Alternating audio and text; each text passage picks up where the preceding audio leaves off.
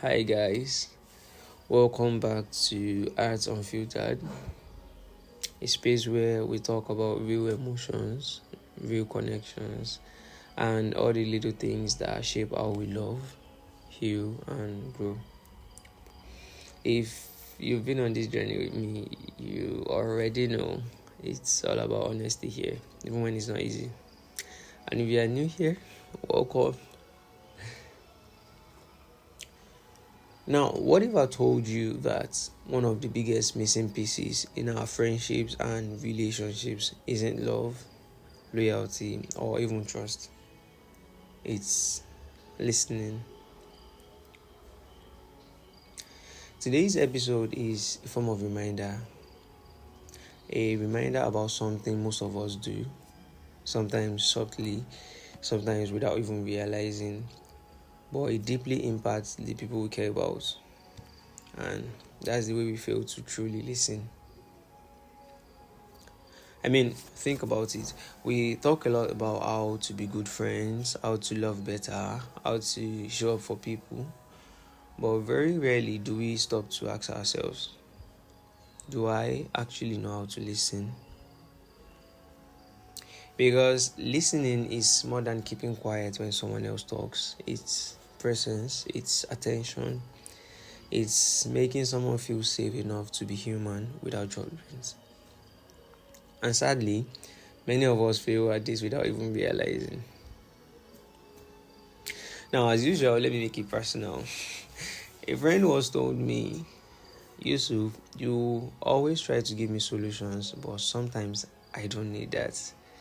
I just want to share what's bothering me. And she was right. I had this habit of rushing into solution mode, thinking I was helping to get. But sometimes people don't want answers. They already know what to do. They are adults. What they need is space, a listening ear, someone to sit with them in the weight of it without trying to fix or correct them.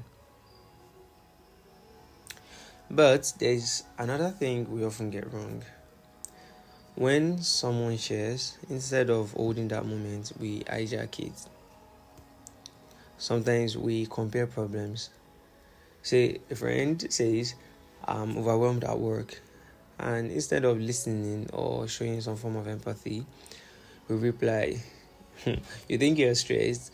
Oh, let me tell you what I'm going through.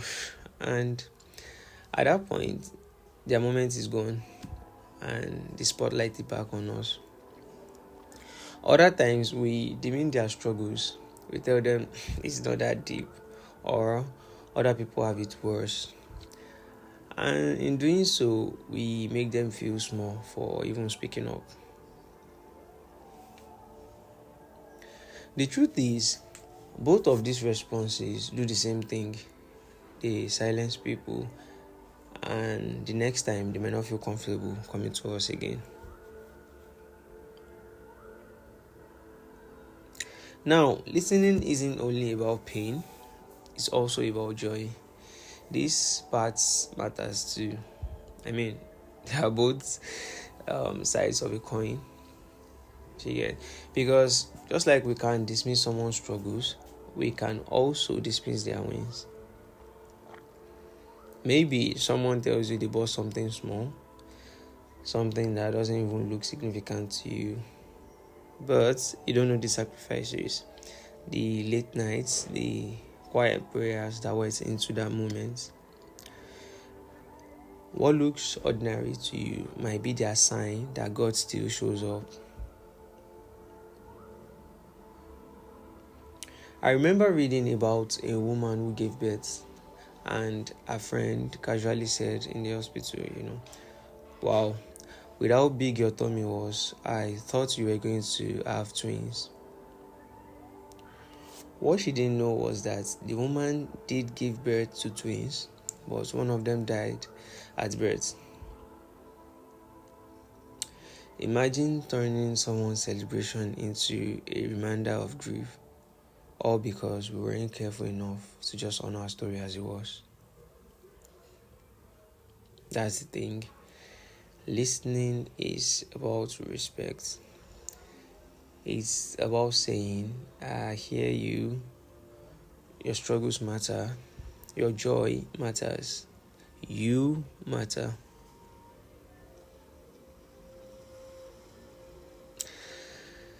So, here is my reflection for you this week. When the people around you share their struggles or their joy, do you really listen, or do you compare, diminish, or shift the spotlight back to yourself? And if you pause long enough to simply hold space for them, how much deeper could your relationships grow? Like I said, this is not a judgment to anybody. This is just a form of reminder to all of us. So, until next time, stay unfiltered. Bye.